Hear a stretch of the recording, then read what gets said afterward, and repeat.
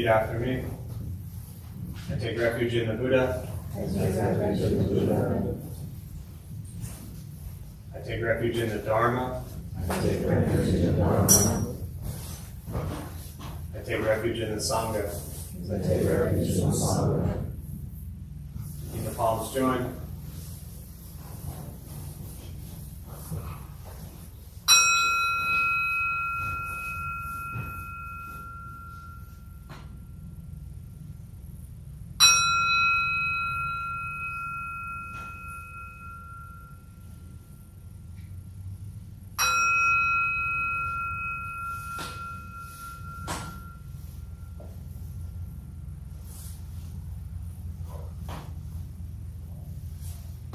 Put the palms down.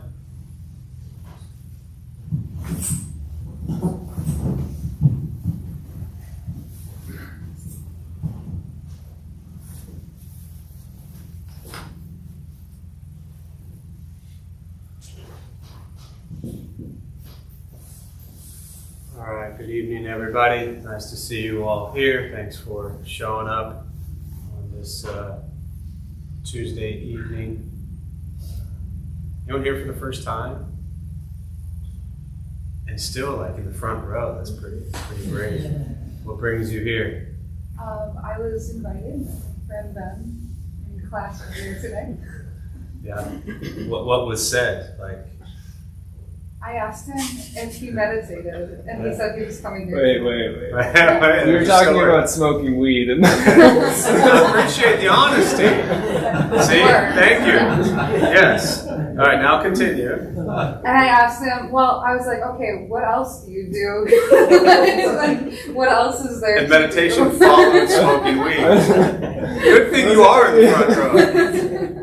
Go ahead, sorry. No, that's about it. I promise I'll stop cutting you off. That's okay. No, that's about it.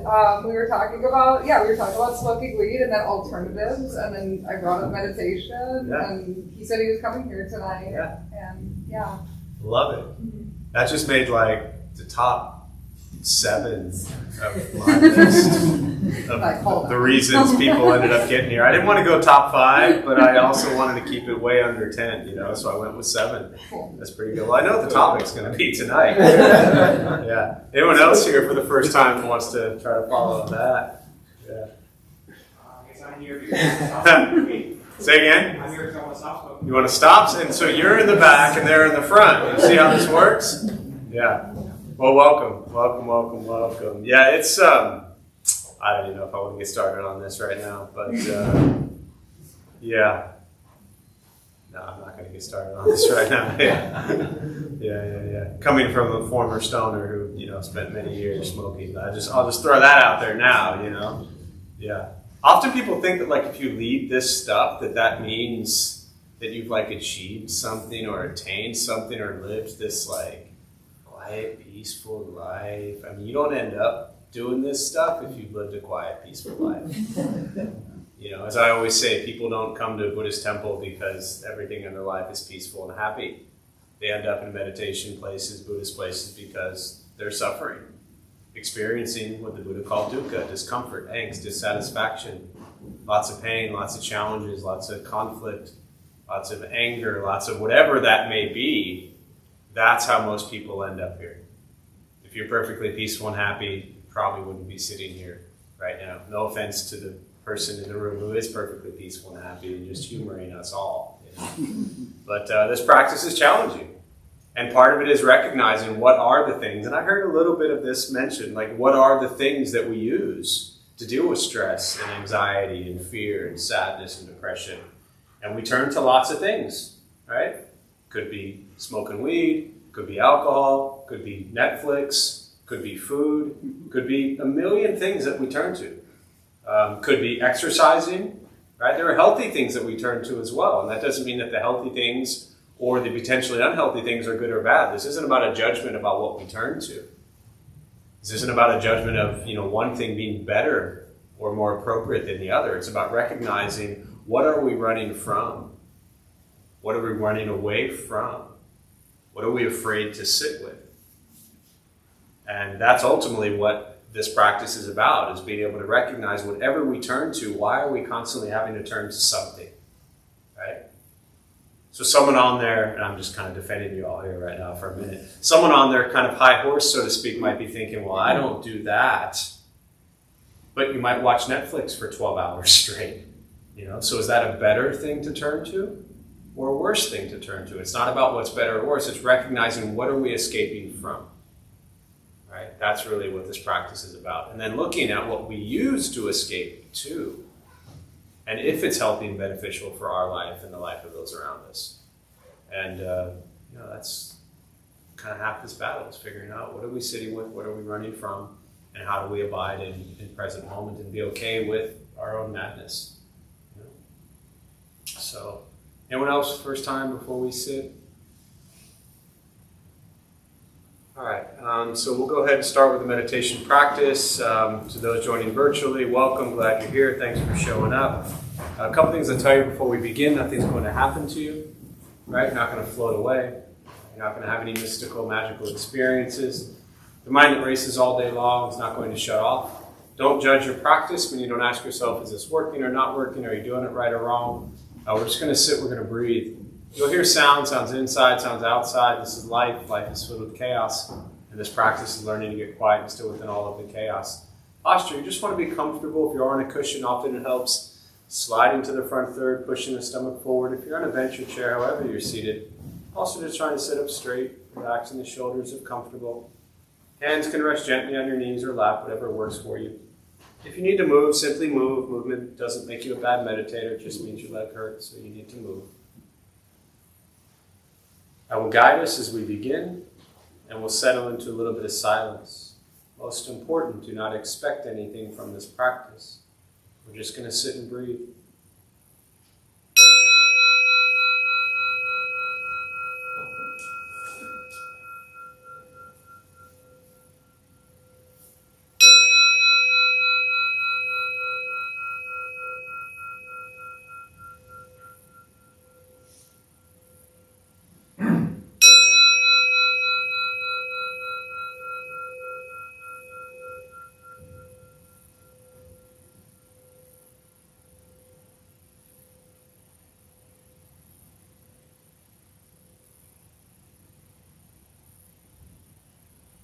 Starting with the eyes closed if comfortable, or slightly open. Mouth is open or closed. We'll start with taking 3 deep breaths, slowly.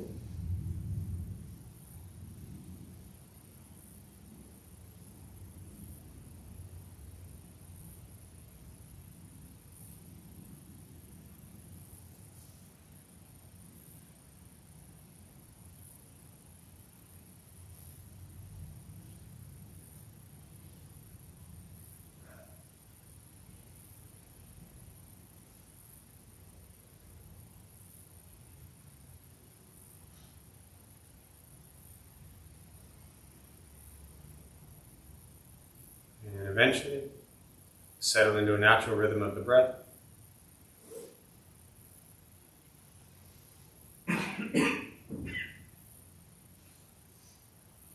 Noticing the mind as it wanders, jumping from thought to thought.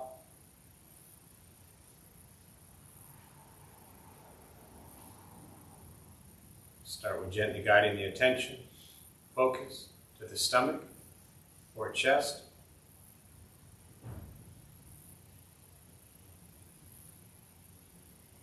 Breathing in, feel them rise. Breathing out, they fall.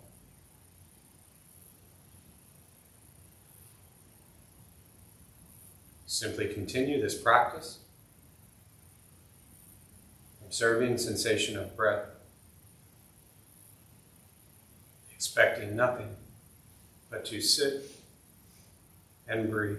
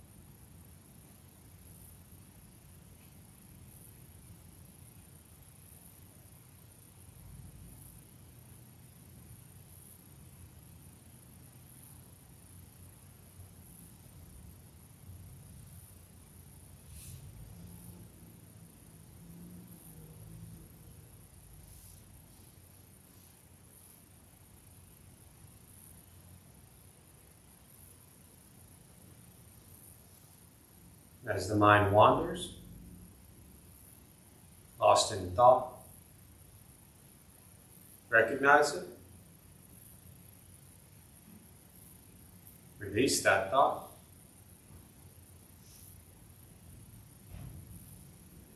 Return attention, focus to the breath.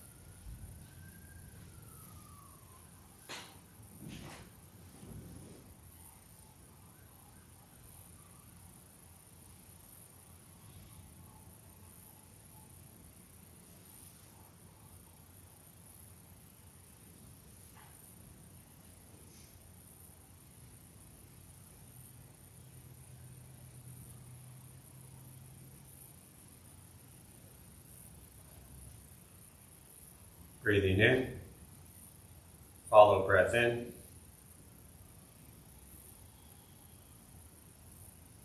Breathing out, follow breath out.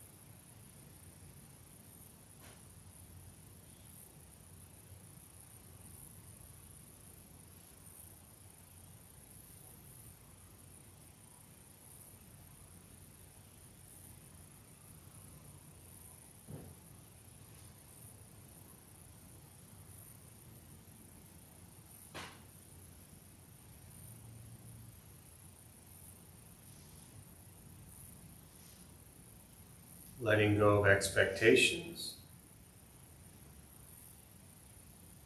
letting go of judgments from the practice, just sitting, breathing.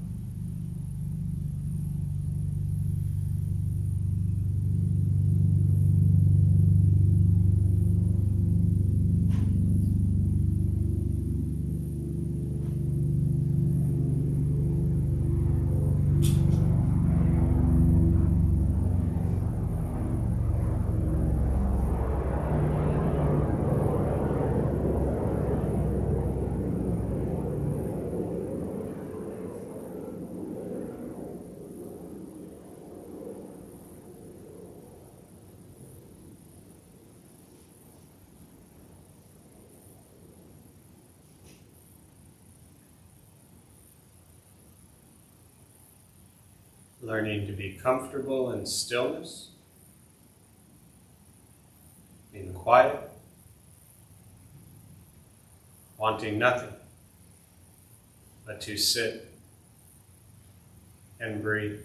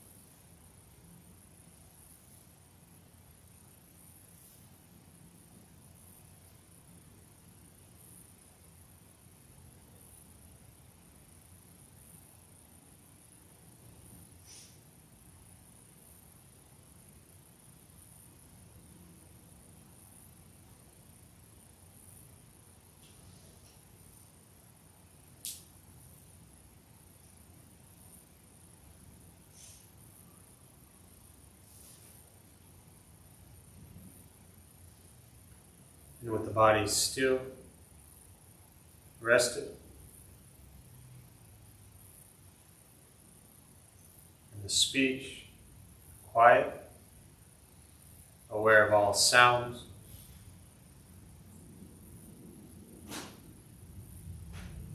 And the mind learning to settle. Know what it's like to just sit and breathe.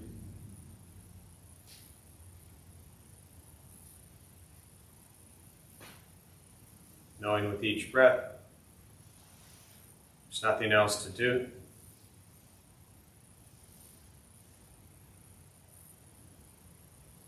Nowhere else to go.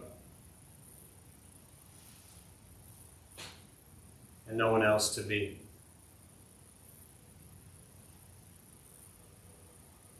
Everything beautiful, exactly as it is.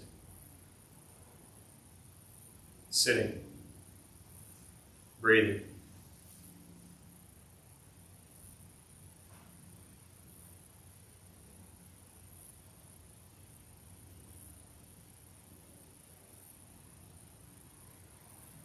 Once again, taking 3 deep breaths, slowly.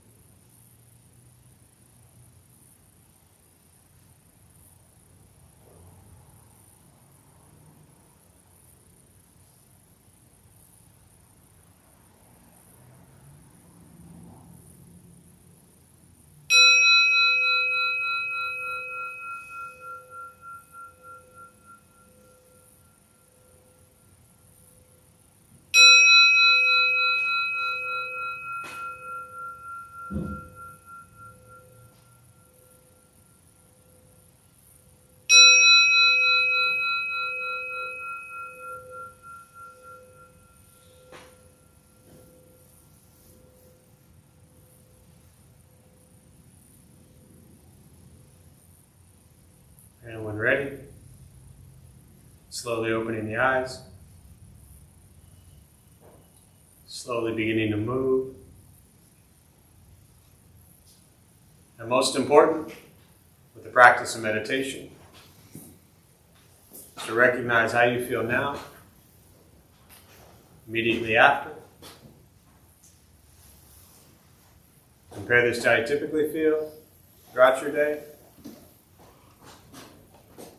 Recognize the difference, if there is one. Ask yourselves how you prefer to feel every day for the rest of your life. And realize however you feel now, if it's quiet, calm, and still, or a busy mind, racing mind, whatever you're sitting with at this moment, has nothing to do with anything I said. It's nothing to do with how you sit and open hands across the legs. It's nothing to do with the sounds around us or anything else for that matter. It has everything to do with your own mind and your own mind's reaction to an external condition. This is what the Buddha called pratitya samutpata, means dependent origination. This is the basis of the Buddha's awakening. The word Buddha simply means awakened. He was a human being, no different than any one of us, who began to understand why he suffered, why he got angry, sad, depressed, stressed, anxious. He began to understand the causal relationship of all phenomena. What that means very simply for all of us, regardless where you come from or what you believe in and where you think you're going, your whole life is filled with things that happen. You react. More stuff happens, more reactions. That's what we get. This practice is simply learning what it's like to respond to something quietly, peacefully, still. Because for most of us, the way you responded to the last 20 minutes is quite different from how you respond to every other 20-minute period of your day. And so all we're working on is closing the gap to the way you feel now is closer to how you feel always. Just as driven, motivated, productive, successful, whatever that means to you in your respective lives. But with a mind that's steady, clear, focused, distracted by nothing, disturbed by no one. It's not an easy practice. It's not necessarily fun. It's not an escape, as often people think it is. It's direct perception into the present moment. And as we know all too well, the present moment is filled with conflict, chaos, difficulties, challenges. And this practice is learning to be with all of that as it arises, and to sit with it, observe it, understand the true nature of it. Meditation is free. Buddhist practice is free. It's just sitting, breathing, becoming aware of everything you think, everything you say, and everything you do in every moment. That's the practice. It doesn't change. It's no more complicated than that. Can we recognize our thoughts, our words, and our actions? This is what the Buddha called karma. Literally, action is what the word karma means. Generated by thoughts, words, and actions. Physical actions, how we move through our day. So that's what we're becoming aware of. And how our thoughts and words and actions impact our lives and the lives of those around us. Once we stop trying to change, fix, control, manipulate so many things outside of ourselves, which is where we spend a lot of our time. Hoping they do this, hoping they do that, wishing they would do this, wishing they would do that. We spend so much time trying to control others. And this practice is setting that down and working on controlling our own thoughts and words and actions. That's hard enough. We have a hard enough time controlling what we think and say and do, yet somehow we roam around thinking we're going to be able to control what other people think, say, and do. So it's a practice. It requires tremendous patience and a lot of honesty towards yourself so you can be very authentic and genuine with your thoughts and your words and your actions. That's where it starts. So with that, I'll pause. For me, I always just prefer to respond to questions. Meditation, Buddhist practice, anything you're sitting with. We'll use the rest of our brief time this evening for that. And to those who are joining virtually, again, welcome. Glad you're here. Thanks for showing up. Feel free as you are to say hello. If you have any questions, you can put them on the chat box, and I'll do my best to respond. Yeah? I can't believe I've never asked this question before, but you've talked a lot about running and escaping, looking away from things, and that always made sense to me, and I know I do it, and I know sometimes I can identify it, sometimes I can't. What I've never asked is, what does it look like to sit with it? Because I'm picturing just crying or just getting angry or... Yeah, great. That's no fun. Question. What's that last part you said? That's no fun? That's no fun. And what else do I always say this practice is not? Fun. Fun. You've written that down many times, right? Circled it. So the question for those virtual, anybody who didn't hear it, is that you've heard me talk a lot about, not running from things, escaping to things. But your question, which you said you can't believe you never asked, is what does it look like to actually sit with whatever's going on? And you said that you imagine it could be crying and painful, and that's not fun. And yes, it could look like that. So the response to your question, I think is going to best come, the answer is going to come from you. You, Jamie, are going to be the only one who's going to know what it looks like. I can't tell you what it's going to look like to sit with all your shit. You're going to find out. And you can report back to me or to us and let us know what it was like. And some days, it may be crying. If you're angry, one of my favorite expressions you hear around Buddhism is, an angry person who meditates is just an angry meditator. So meditation doesn't magically make anger go away. If you're sad, if you're dealing with, death, loss, change that you don't like, and you sit with that, you're going to sit with that pain. And you may cry, and you may be sad, and you may be depressed. But when you escape from all those things, are you really facing it? No. The beauty of this practice for me when I look at Buddhist teachings on impermanence is that whatever you're dealing with. Now, if the flip side of that, let me say this for a minute, maybe you'll sit with happiness and joy. I noticed you didn't rattle those off, right? You have happiness in your life sometimes, yeah? You have joy in your life sometimes, yeah? So when you sit, maybe you'll sit with happiness. Nobody's afraid of what that looks like. But you feel happy and pleasant and joyful a lot. So you could sit in those moments too. The flip side, which is really your question about, which is when you're angry, sad, depressed, whatever it is, what's that look like? What's that feel like? And so for me, to sit with that and to bring in the application of Buddhist teachings on impermanence, you ever been in a really bad mood? Does that stay forever? No. You ever been in a really good mood? Does that stay forever? No. So if we can apply understanding impermanence to sitting with that pain, we understand that pain will change. It may get worse. It may get better. But it absolutely will change. But we don't know until we sit with it. And that is the greatest challenge, like I said, to be able to sit with all your madness, not to escape. And very often for those who are maybe brand new to Buddhism, this idea that Buddhism is going to fix you or save you or heal you or bring you all kinds of joy just because you meditate, I mean, to me, it's a mirror. It really is a mirror. And, I can only speak for myself, but when you grow up a really angry, depressed person and you look at that, that just shines a light on a lot of anger and a lot of depression. That's not fun. That's not pleasant. That's not joyful. That hurts. But then you can transform that. That's the practice. But you have to be able, we don't have to. I suggest, if you want to transform that, I really suggest sitting with it and looking at it and understanding it. Yeah. Does that help? Yeah, sorry. I kind of wanted some instruction. I know, but I can't, the instructions are sit. Next time you're in a miserable mood, grab your chair, grab your cushion, whatever you sit on at home. Next time you're miserable and depressed, and you're going to turn to whatever it would turn to.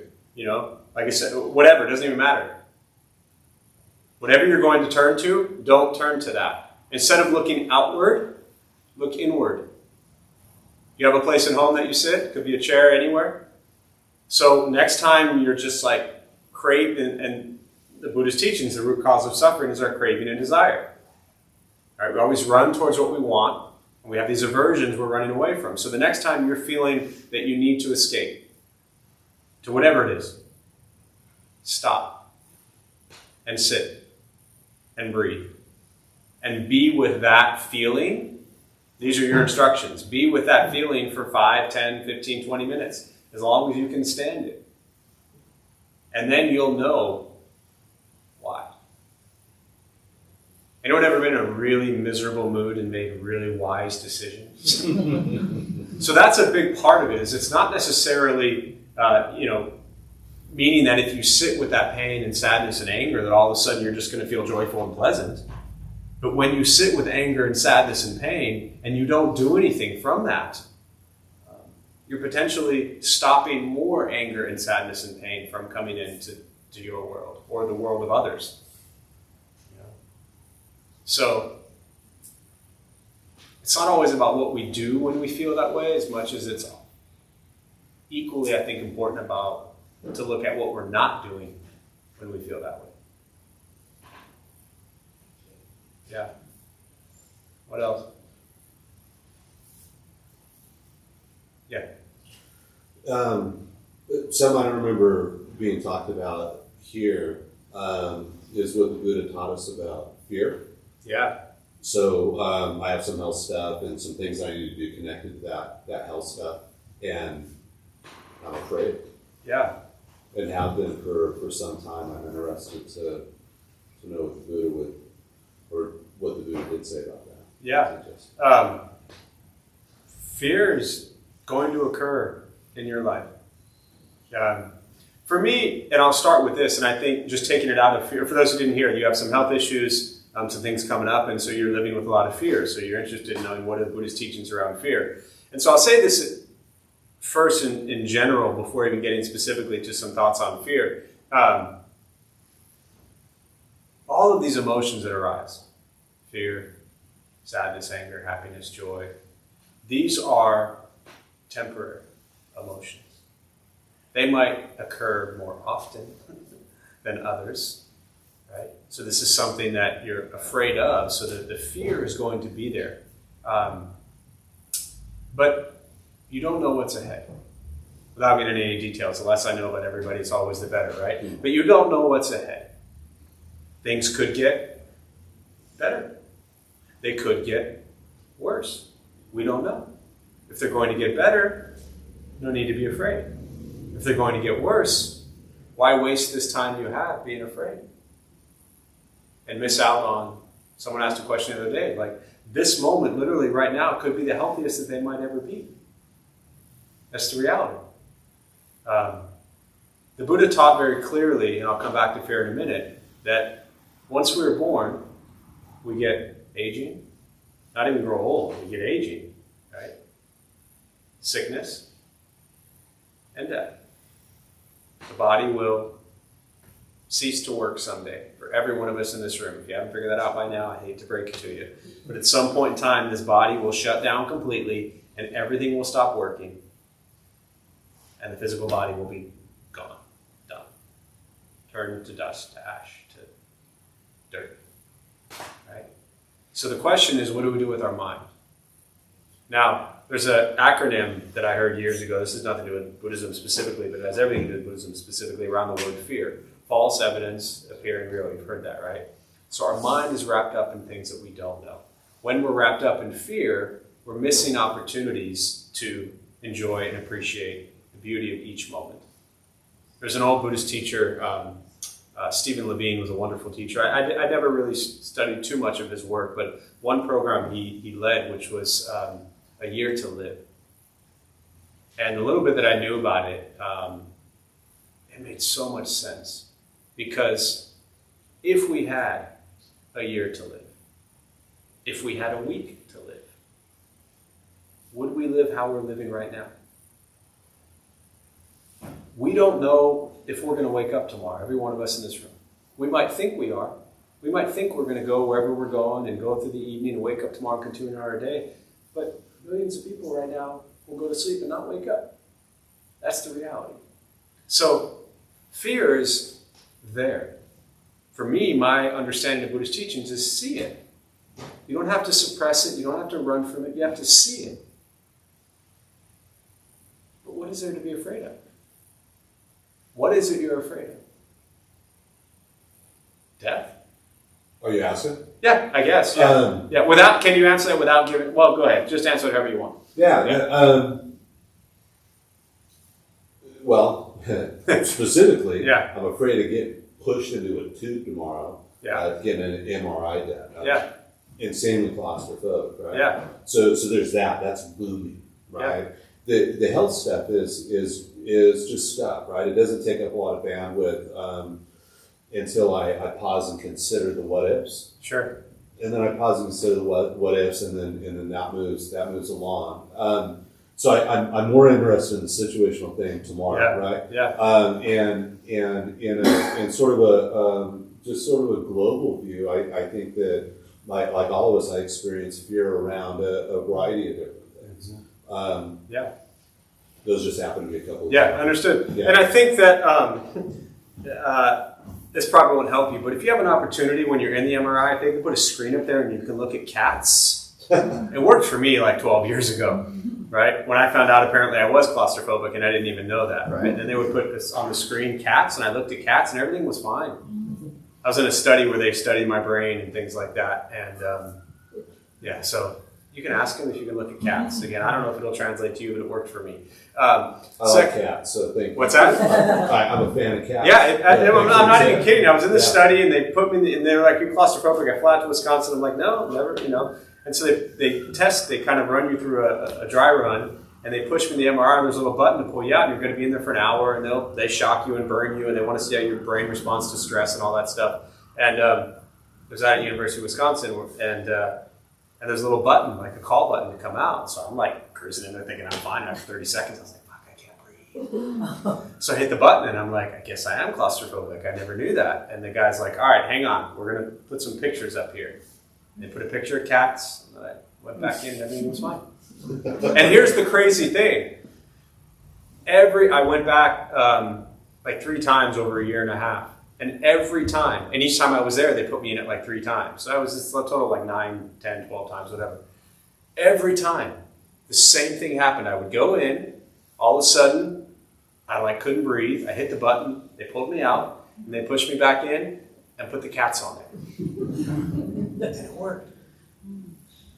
So, again, I don't know if they're going to come suited with the screen, but picture cats, right?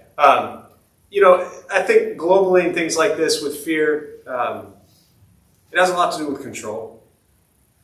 And for me, when I look at Buddhist teachings, you ever read Chogyam Trungpa, a great Tibetan Buddhist teacher? He would talk about groundlessness or fearlessness. And he would say Buddhist teachings is like, the bad news is you're on a really tall building and you jumped. That's the bad news, Buddhist practice, right? But the good news of Buddhist practice is there's no ground to follow. So we just keep falling. But we're trying to control our life. We're trying to control safety. We have this illusion of everything being safe.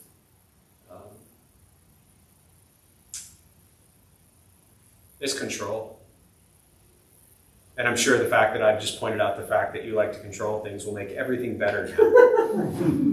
It's almost as if you know me. Yeah, yeah.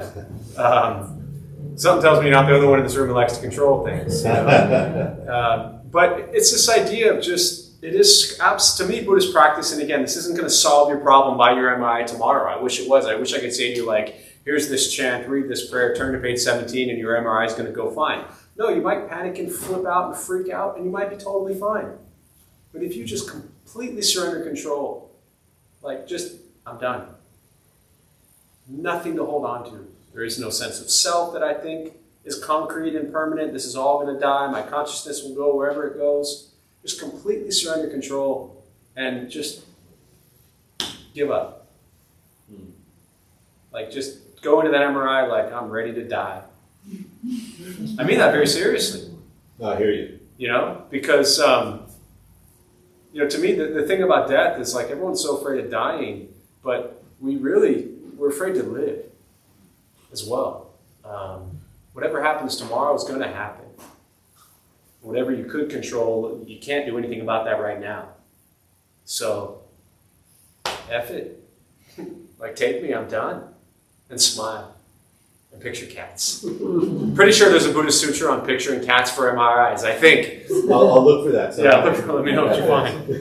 Yeah. Did you try to sit with the fact of your fear of being inside the tomb? What was the... What do you mean? You went in there 9 different times. Yeah. Did you try to change your mind or sit with that fear? No, they were there was a whole bunch of tests I was doing, so it wasn't like I was in there meditating while they scan. I mean, you were watching a screen of games and you were being asked questions, and it was an engaging experiment. It wasn't like, hospital style where you just got to lay there for an hour or whatever it is, Yeah. So I didn't even have the opportunity for that, really. Okay, and then I have my own question. Yeah. Relating to fear and children. Yeah. So, for example, if, a child falls or an accident happens, and then you freak out thinking of all the things that could have happened, that would be much worse than what actually happened. Yes. How A child will fall, and accidents will happen. If you embrace that, And whatever happens to the child when they fall is also out of your control. I love how your questions 10 years ago started about the person you were with, trying to control them. Now they've gone to trying to control your child. It's been really fun to watch your evolution.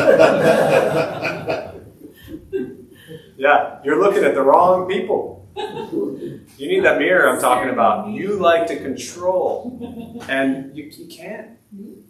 I'm with you, dude. I don't worry. I got it. I get it. When a child is 2, yes, protect them. But the child won't be 2 forever. And when they're 16, you're going to be driving all over town following them around? Probably. Learn to surrender that now. We don't want children to fall. They fall. We don't want adults to fall. They fall. We don't want anyone to get harmed, but people get harmed.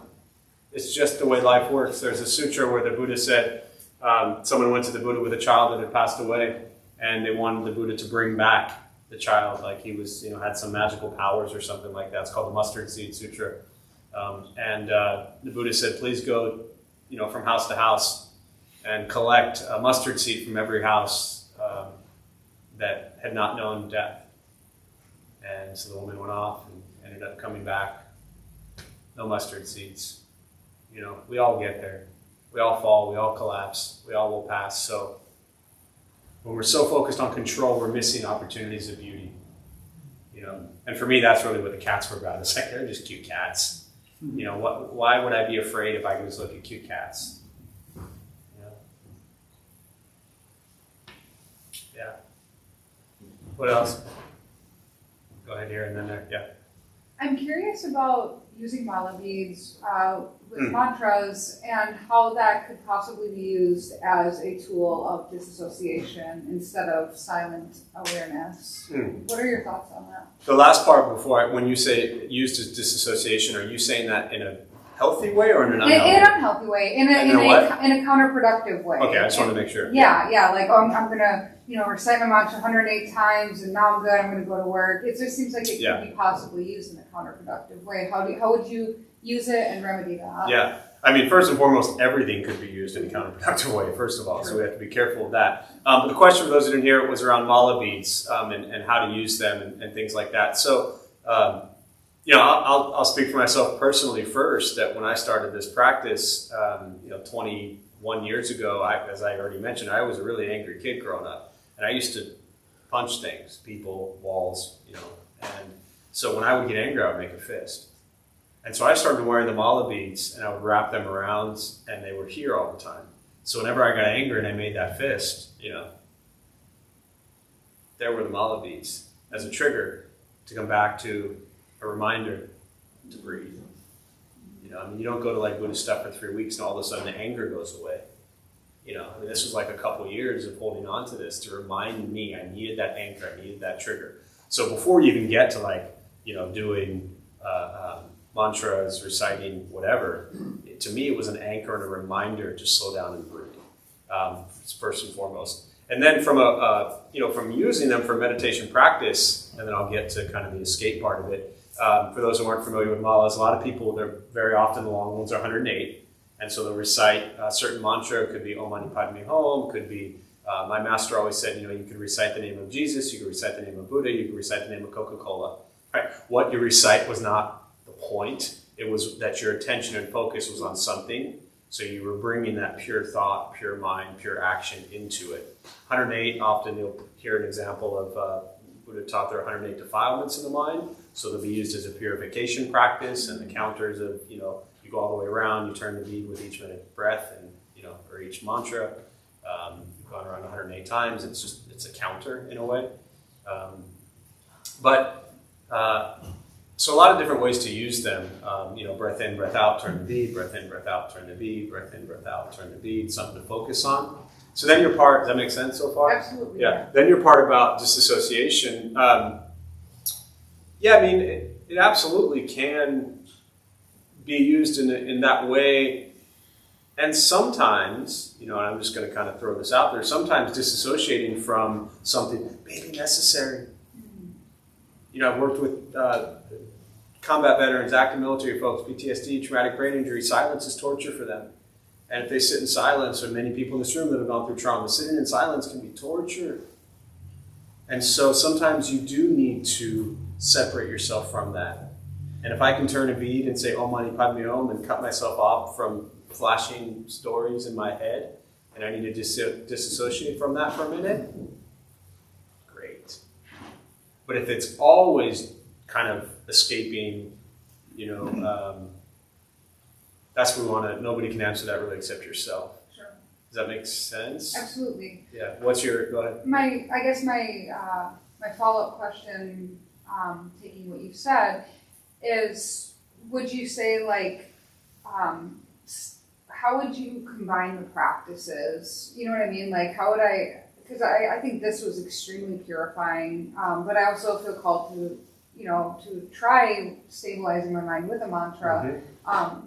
I don't know, I guess I can find out through my practice, but what do you recommend starting with? Like doing one and then the other? Or When you say one and then, are you like talking doing about? silent meditation Okay, and gotcha. mantra, or like Yeah. doing, I one in the suggest- morning, one in the evening, I don't know. Yeah, all of the above. I think it's important for if 100 people lead you in meditation, they're going to lead you 100 different ways, right? None of them right or wrong, good or bad. None of them really know what they're talking about. They're just making stuff up, just like anybody else, and what their experiences were.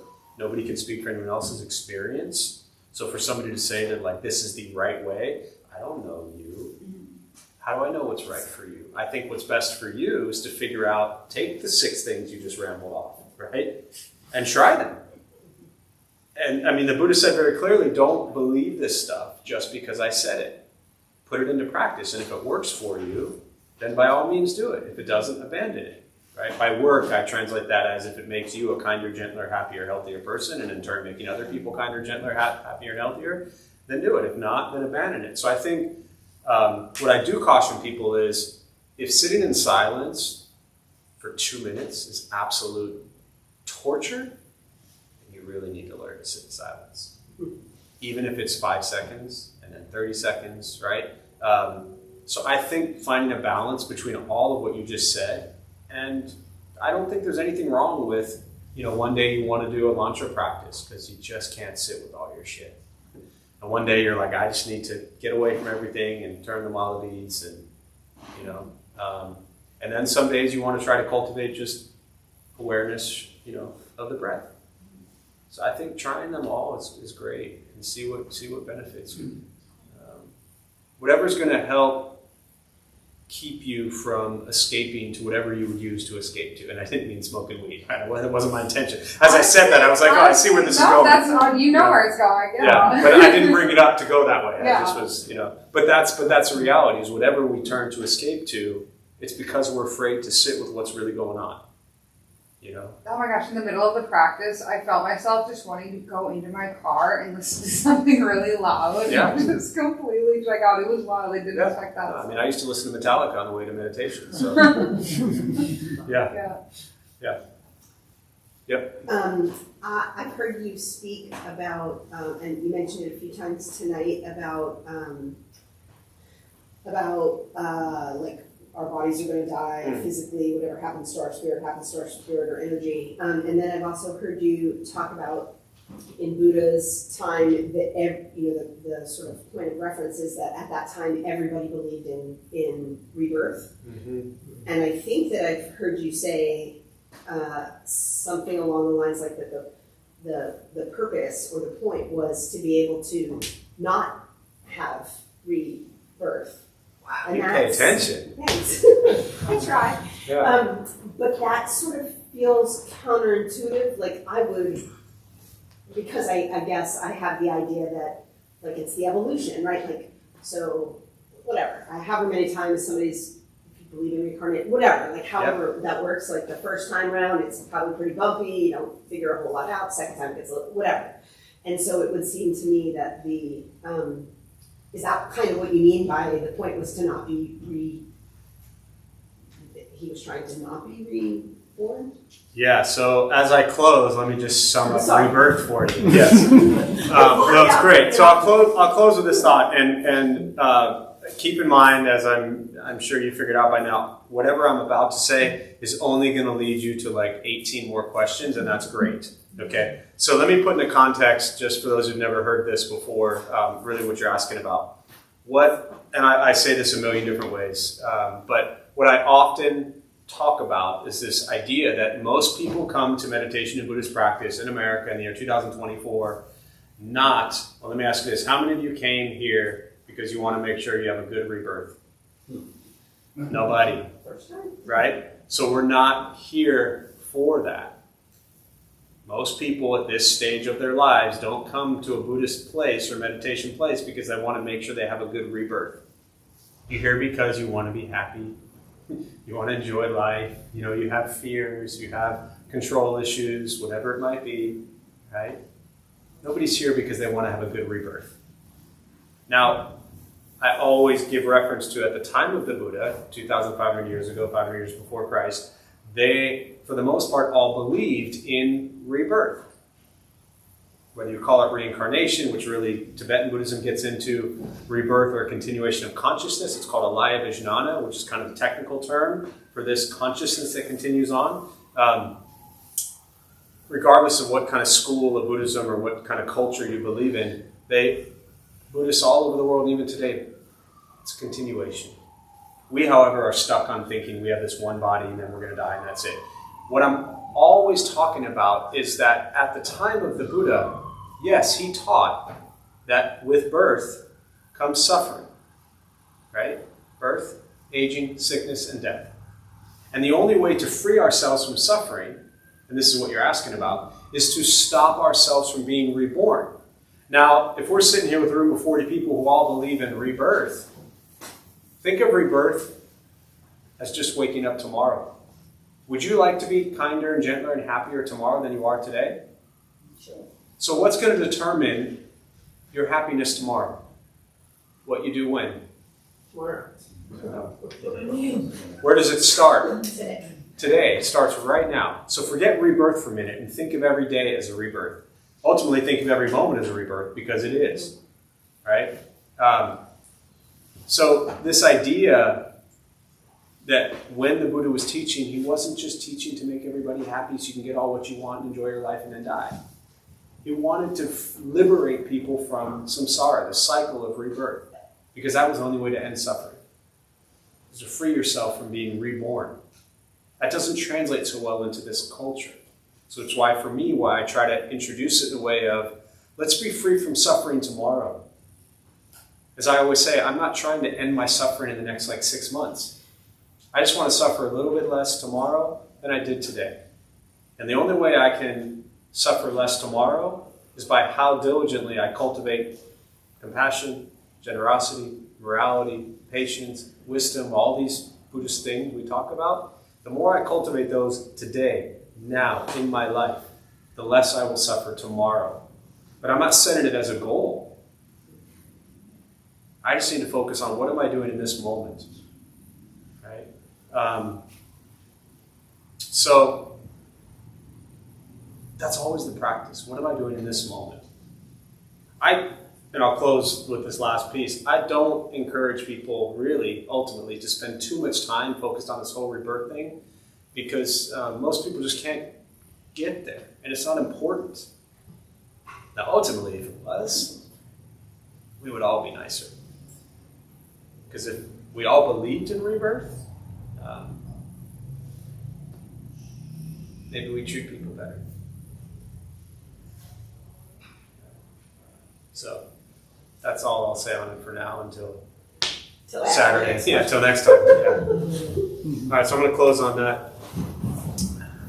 And the benefit of this practice be shared with all beings in all directions. May all beings be at peace. May all be free from suffering.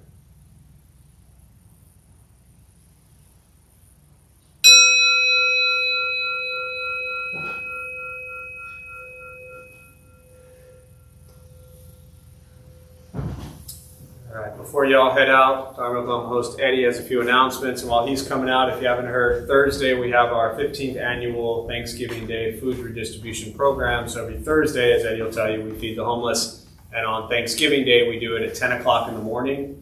We'll have tons of peanut butter and jelly to make. We'll have socks and warm hats and ponchos and feminine hygiene products and all kinds of stuff on Thursday. So prepare everything from 10 to 11:30, and then we'll all head downtown and pass it out from 11:30 to 1 on Thursday. So you're all welcome to join us. Hello everyone, I am Eddie, tonight's host. We opened the Dharma Bum Temple 18 years ago to introduce Buddhist practice to those who show up.